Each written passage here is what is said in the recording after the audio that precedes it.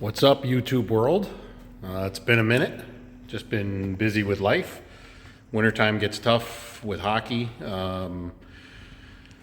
Ricky's still doing some hockey, just finished up some spring, and starting summer.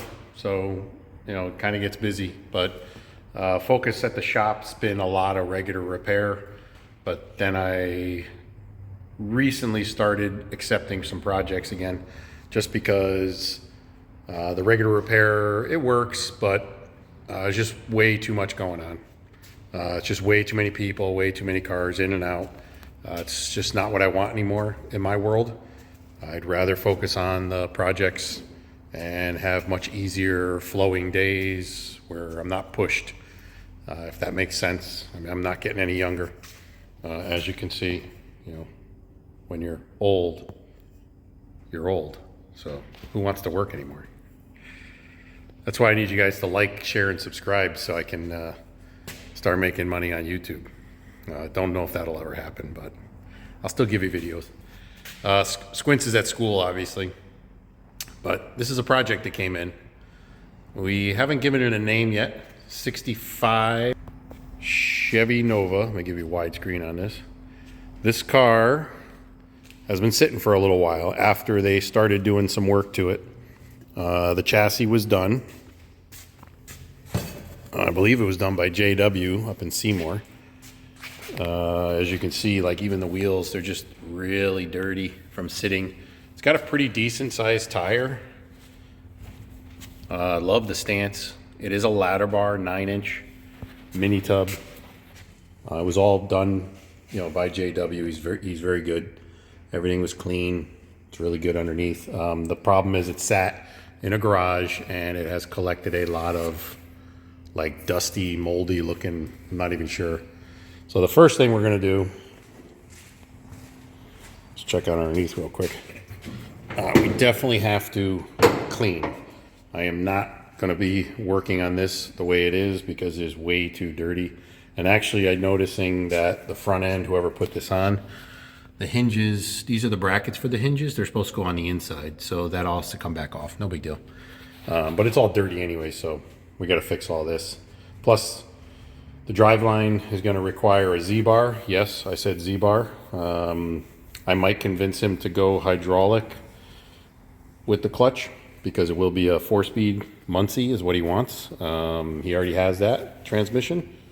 So I'm doing what the customer wants. I'm not going to persuade them any other direction or make them spend money they don't want to spend. My job is to get this thing running and driving. The motor's on a stand in the back, and we'll kind of go over all that. But this car's got a lot of potential. It's actually a very clean car. You can see it's got a nice little setup. So, ironically, this whole setup, wheel, tire, rear, ladder bar, and everything, came off of that car originally. So this car is another project. So this one, I'll give you a sneak peek. This is Black Betty. Black Betty is a twin turbo LS 64 or a 63 Nova 2-door sedan. It has a post. This car is amazing. The wheel and tire under this car looks incredible. It is a fabricated 9-inch ladder bar. We are finishing this car as well. But this car is more or less kind of top secret. We'll just leave it at that. So we moved out a couple Mustangs that we worked on, an older GMC Jimmy K5 Blazer type thing. That's all done, gone. So we are focusing on this bad boy right here. The motor is on the stand over there, as you can see, right there. And if anybody knows what they're looking at, yep, you guessed it. That's a 5.3 Silverado motor. So that is an LS based. I believe it is oh God, L79? No, I don't even know. I gotta look it up. Either way, it's a 5.3. It's like an 04 or an 05 block. I have all the components stock. I have stock crank, stock rods, stock piston, cam upgrade. We're gonna have the heads gone through, have those fixed, new springs, and then we have some parts, carbureted intake. He wants to make it look like it's a nostalgic setup, but ease of maintenance too. So it'll be nice. This is a really nice car. 65 Nova, two-door hardtop is hard to find. You know, it's just like my Matchbox Nova, same year, same body. They were almost like a stepchild or an oddball because they changed all the trim, dead giveaways, reverse lights in the trunk lid, different trim. This has a one big thick piece in the back, which is very difficult to find.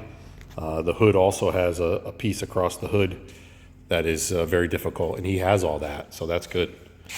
But yeah, my job is finalize fuel system, brakes, driveline, electrical, get the motor built, get this thing running, driving. He's going to figure out body and paint, so I really can't do any windows or finalizing of anything unless he wants me to, but I mean, that would be stupid because if you're not painting it, there's no reason to finalize windows or any of that stuff. But I'll put like the door handles in temporarily so that way he can open and close doors, get in and out, and it can be moved if he wants me to. But I'm gonna really try to persuade him to get from me to a body shop and get it painted, and then it comes back, and then I finish and I do all the finishing. Because like even Black Betty over there, we got the windows in it, and it's all brand new tinted glass, and it's all power windows. And doing the windows, the quarter glass, and all the power window mechanisms and wiring took us a week. So yeah, that's the stuff that takes forever. It's all very tedious. This car is not going to be as much of a show car, but it still takes time to finalize all that stuff. So, you know, that's something we're doing. So we're diving into this. First thing, I got to wash it. I cannot work on this car like this. So that's what we're going to do. We're going to roll it outside, give it a nice bath, dry it off, and then bring it back in, get it up on the lift, and we'll show you guys the undercarriage, and then we'll go through some of the parts we got. I got to start bringing the parts in from the trailer and setting them up on some tables so I have an idea of where we are, because we're missing a lot of small stuff. So he's going to have to order parts, and then we'll make a list and go from there. So hang tight. All right, well, this thing is dirty, so got it outside. Let's start washing it. It's not going to hurt anything. Everything's basically primered, so it's sealed, and I'm not going to leave it wet. The holes are in the floor, so nothing's going to get hurt. And there's no windows, no nothing. So I got to wash off this crap. It's horrible. I mean, it's really bad. So let's start doing the interior. And I'm using simple green on the outside, but the inside isn't that big a deal. It's just dust. So I don't care. This is just going to get hosed off. Most of it will probably come off just with spraying it down. I mean, it's really just as I'm working on it. I don't want to be putting brand new parts in a car that's caked on disgusting. So let's switch my setting here. Maybe we'll do jet. Yeah, we'll try jet. See if that works. I mean, it's going right out the drains, so who cares?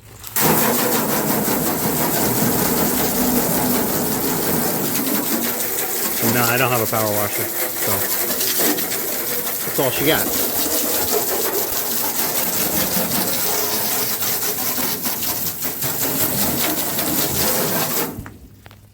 Yeah, see, that's working. Might be too aggressive. We'll just stick with the shower. That's better. We'll just do that. Like crazy dust buildup. Dust and grime. So, word to the wise, cover your projects. Don't let them sit in a garage that's disgusting. Because it's just going to make things harder in the long run. especially when he goes to paint this thing. This is all gonna have to get washed anyways. Can't have this. Oh yeah, that's way better. All right. Well, hang tight. Because once we do the inside, we'll do the engine. All right, so I did a quick wash on this side of the vehicle, and I am using Simple Green. So if anybody's wondering, Simple Green, basic stuff, diluted in a bucket, works phenomenal. You can see it. The good thing about Simple Green is it gets the mold off and any grease that's on the paint or the primer, and it even took care of the wheels pretty good. I mean, these things have been sitting for years in a damp garage with mold buildup, and it's looking awesome. So stay tuned. So we got the Nova, which I don't have a name. Actually, you know what? I think we are going to name this car. We're going to name this car Urkel. Does everybody remember that TV show a long time ago with Urkel? Well, it has an inside meaning, and the owner understands. So I'm going to nickname this car Urkel. So it's actually really nice underneath here. Somebody did a really nice job after all the work was done to the chassis. They did an undercoating. All the wheel tubs are undercoated nice. It's really clean. Like really nice. Got a older Curry 9-inch. I don't know the gear in it. The tires are actually big. It's a 29 15.5. Wow. On a Weld Racing RTS wheel, I believe is what those were. But I don't even know if they make these tires anymore, do they? They might. But yeah, this thing's really nice. So it was J&W took this ladder bar setup and created frame rails. So they did a frame rail from the front, and then they boxed it into the existing frame rail, or I'm sorry, to a new frame rail. So they did like a cross brace. You can kind of see it right here. See how they did that? And then they put it into the existing body here, and then did a new frame rail all the way to the back. And then they Z'd it in to the stock frame rail, which are still in great shape. This whole back area is in great shape. This car is very clean. I know he did a lot of metal work, so I think this trunk was replaced, quarter panels were replaced, but it was all done correctly, and it looks really good. But they did a nice job. So yeah, it's pretty clean under here, all undercoated. Like the rockers are like all redone, nice. It's got the Heights front end. So we got to obviously finalize brakes, finalize front suspension. It's really just on there. It's not, nothing is final. This is for the sway bar that he has. It's in the trailer. So that's your sway bar links, left and right side. But this thing will clean up the rotors, take it all apart, clean up the coilovers, make sure those are good. He bought a brand new core support, so that's good. That's how I usually do it. I don't try to reuse the original. It's not worth it. The only thing I got to change is some of these fasteners he used are half-ass, so we're going to change some of that. But overall, this car is going to be a really nice car. It's clean. Looks good. I'm glad I washed it because it was gross. And look who decided to join us. Say hello. Hi. Squints. No more Squints. We're just going to call him Twigs from now on, because he's got twigs as legs. They're starting to stretch and grow. Actually, they're not really twigs anymore. You're getting some muscle on there. Look how tall he is. Getting tall. So yeah, it's gonna be a nice car. I like all this. It's really nice. Yeah, I don't know what gear ratio is in this thing. I could probably figure it out real quick though. Here, you do some old school camera. I'm gonna show everybody how we're gonna check it.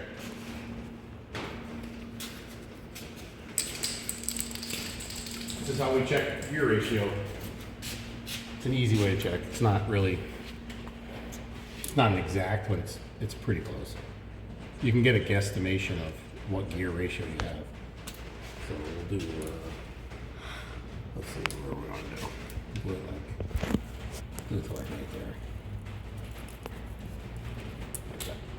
All right, so we're going to count how many times the pinion goes around compared to a tire full rotation.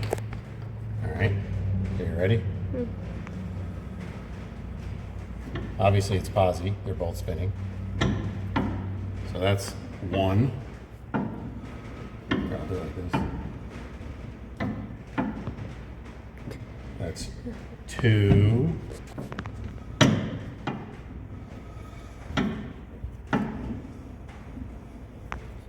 That's 3. Where's our mark?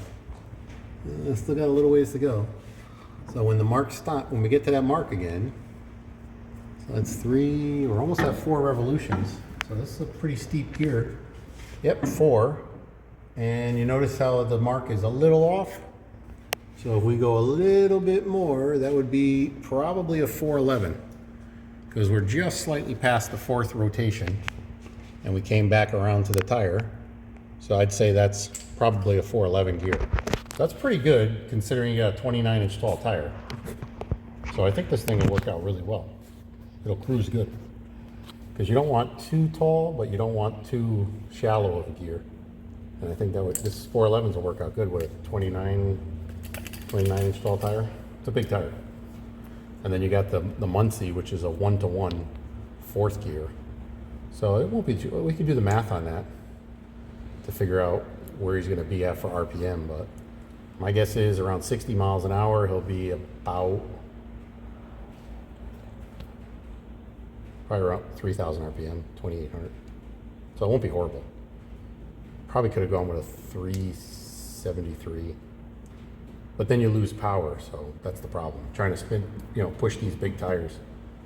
They are kind of big. What's nice though is he has enough room for a big tire. He could always go with a smaller tire and run like a class. You could go with like a 28-10.5 if you ever really wanted to get that crazy. But I might fix a few things here with the ladder bar though. I don't like this little setup. I hate because it always twists. So what I like to do is I like to actually tack weld this bracket to the bolt so it doesn't move as much. It's a little bit less movement. But I've also noticed these are not really on very far, but they are on and they are tight. So I'm just going to double check all of that. All of this has to be double checked. Like, see how this one's turned? I don't like that. I like it to be square. So what I usually do is I'll tack weld it to the bolt so it stays square with the bolt. And then when you tighten the bolt down, it'll stay instead of moving more. It just helps it from walking. But this is your locator basically, it's your track bar. So if I go one way or the other, it moves the rear. One way or the other, it'll move it over, see? See how it moves it? See? That goes that way, that goes that way. So you basically get your measurements of the wheel distances and then you set it. But you gotta do it at ride height. Technically, oh actually it wouldn't matter because it's ladder bar, so it doesn't matter. So. Hopefully when this is all the way, it's not a problem here. I gotta look at this on the ground. It's a lot of little things, because obviously I gotta get it. Didn't you roll it on the ground? No, I know, but like under full suspension compression, you wanna make sure this isn't smashing into the floor. Because if this is getting close to here, we have to eliminate this. So we're gonna have to cut this out. So how you did on your car? And then this bar, hopefully, I don't think is anywhere near there because it's not going to hit that. But J&W did a nice job putting this on there because there is no cage in the car.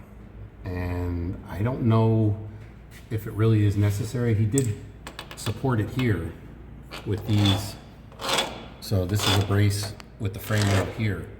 So I mean, he did tie it in pretty good. And that is the frame connector. So it goes all the way to the front. That's one piece. So I mean, you did tie it all in, so it should be structurally sound. And it's tied into the body up here, so it's kind of like all one. I don't think it'll flex without a cage. A lot of times when you do a back half, you gotta put a cage to keep the rigidity part of it, but as long as you tie everything into the front, which he did, and it's tied into the floor, it's all one now, so that's good. It's a nice setup. It's a really nice car. Super clean. I like it. So, you want to talk about the motor? Let's talk about the motor. Alright. All right, so the motor is your run-of-the-mill 5.3 out of a Silverado. What happened to that one? Got red. Oh, that's just surface. I gotta ball on that again and spray it. So this block's been sitting. Biggest problem. Here, watch yourself. Let me just hit these. I gotta hit these cylinders. This has to go to the machine shop and get washed and cleaned. And technically, I started prepping all the surfaces. Started prepping the cylinders, but I kind of stopped because we weren't really sure what we were gonna do.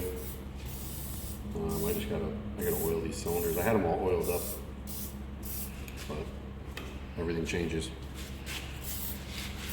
This motor was in good shape, but it did sit for a while, which I didn't like. So that's the only thing I really didn't like about it. Looks like something dripped on it. It's weird. Must have been from sitting over by the door over there, maybe. It's weird. Anyways, it's fine. That'll clean it up. So I got to just ball hone it again just to make sure everything's good, and then bring it over to the machine shop. And it's going to get hot tanked. We are changing out, obviously, brand new cam bearings, mains, rods, but we are reusing, because this was a running driving motor, we're reusing the stock crank, stock rods, stock pistons. They're all over there in the box, and you can see the crank standing up. The cylinder heads are a basic. Yeah, what happened? That thing, water sat in there. It'll come right out. I'll just hit it with the ball hone. But the wall must have got wet. That's weird. And over here a little Yeah, bit. I don't know where that came from because I don't remember any water anywhere. That's all right. It's all got to get going through anyways. But this motor, actually, everything was still good. It was just an older kind of motor. Cylinder heads are your basic. What are they? 862s. Yeah. So 862 cast. Nothing crazy. These are going to get checked because they're common to have coolant issues down in here. So I have to have these checked. Obviously, valve job, if necessary, new valves, guides, all that crap. And then valve springs to match the cam. The cam is a mild cam. It's nothing crazy because we don't want to get crazy with this motor. This is just going to be a fun car. Going to make probably, it might make close to 400 horsepower after we're all done with it, because it's going to be carbureted. The intake is actually right here. I have some parts in the trailer too, but these are parts that he dropped off recently. So it's a Holley dual plane for the LS. The only thing that I have to make sure, I got to run the part number on this, because I noticed the ports on this were rectangle, but sometimes with the O-ring gasket, it'll seal and they're universal, but I have to check on that. Because if this isn't going to work, then he's going to get the Victor Jr. that I have down there, which is made for rectangle port. For cathedral. And that is a much better intake. It's a single plane. So that'll make more power. So we may end up using that intake and not this one. We can figure out something with that one. I've never used that style before on any of these motors, so I don't know how well it's going to work. But I've used the Victor Jr. and I've used the Super Victors, and they always work great. So I have that set of heads that came off his motor. We're going to try to use those. I have another set down over there that I believe are also 862s. Stuff for my 39 Chevy. No, these are 706s. So the 706s, same thing. They were prone to cracking, so we have to have them checked. So it's either going to be those heads or those heads, regardless, whichever ones check out better. Valve spring upgrade. The cam is a decent cam. but nothing crazy. It's just to make make it a nice little hot rod, have a little bump to it. And then obviously carbureted intake. It's going to be the 4-speed. He does have some of the clutch components. The only thing with the new front end on the clutch is you have to make a bracket off of the frame in order to run a stock Z-bar. And it's just kind of a pain in the neck. So I might try to convince him to go with the hydraulic clutch. It'll be so much better in the long run. And I'm sure he'll probably agree that's the way he wants to go, because it'll be more efficient. And then we'll get that going. But yeah, the ball hone on this, all I did was a quick just to see, because there was a couple of scratches in the cylinders I didn't like. And they actually came right out. So I think we'll be okay if I just run it with a quick ball hone again, and then bring it down to the machine shop, have them wash it. Other than that, I'll have him put the cam bearings in when he has the block. It'll just be easier. We'll do all that. That's got to get done. I got to bring that down to him. Once that's all set and everything's clean, I'm gonna rock and roll. So that's pretty much it right now. So stay tuned. This car's gonna be fun. All right, so she's on the lift. We checked it out. I actually went and grabbed some of the parts out of the trailer. I have a lot of original stuff, but some of it I can't put on because obviously paint and body. So, I mean, if he's okay with a primer car, I'll put the whole car together, but I gotta just talk to him about that. But of course we had to use the shop pickup truck to grab all the parts. So this is the 4-speed. I think it's an M20.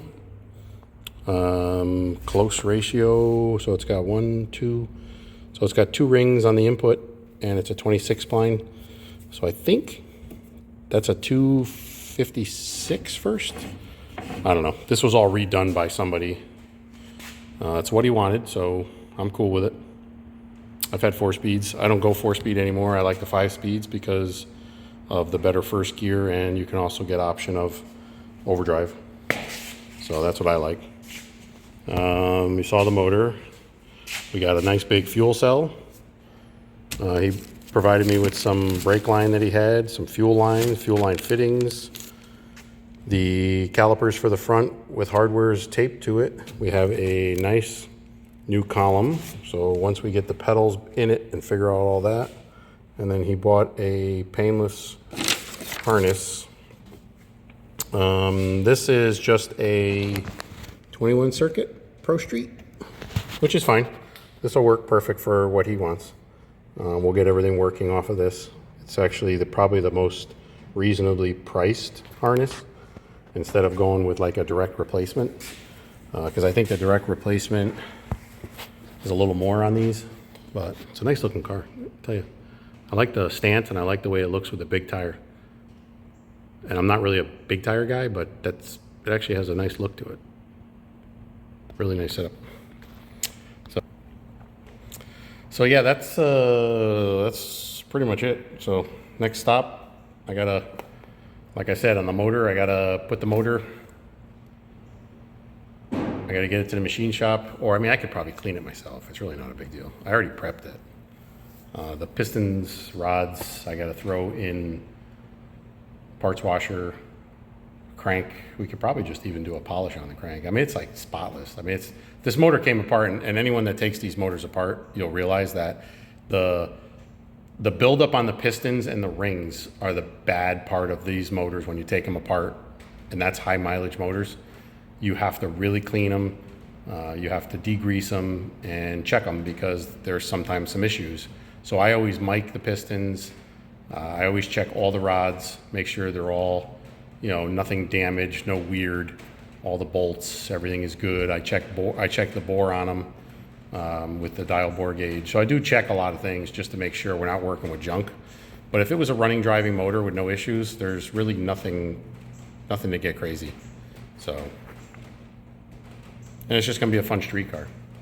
You're just gonna have fun with it. So that's it. All right, well, that's that video. Hopefully you guys enjoyed the video. Trying to put some more videos out. So this is part 1. That's what we're gonna call it. part one of Urkel, Project Nova.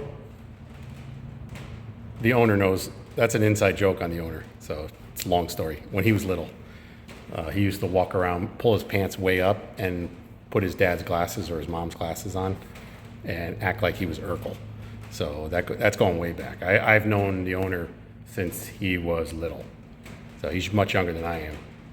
And we all grew up together, families. It was a family thing. So, but yeah, Project Urkel. Stay tuned.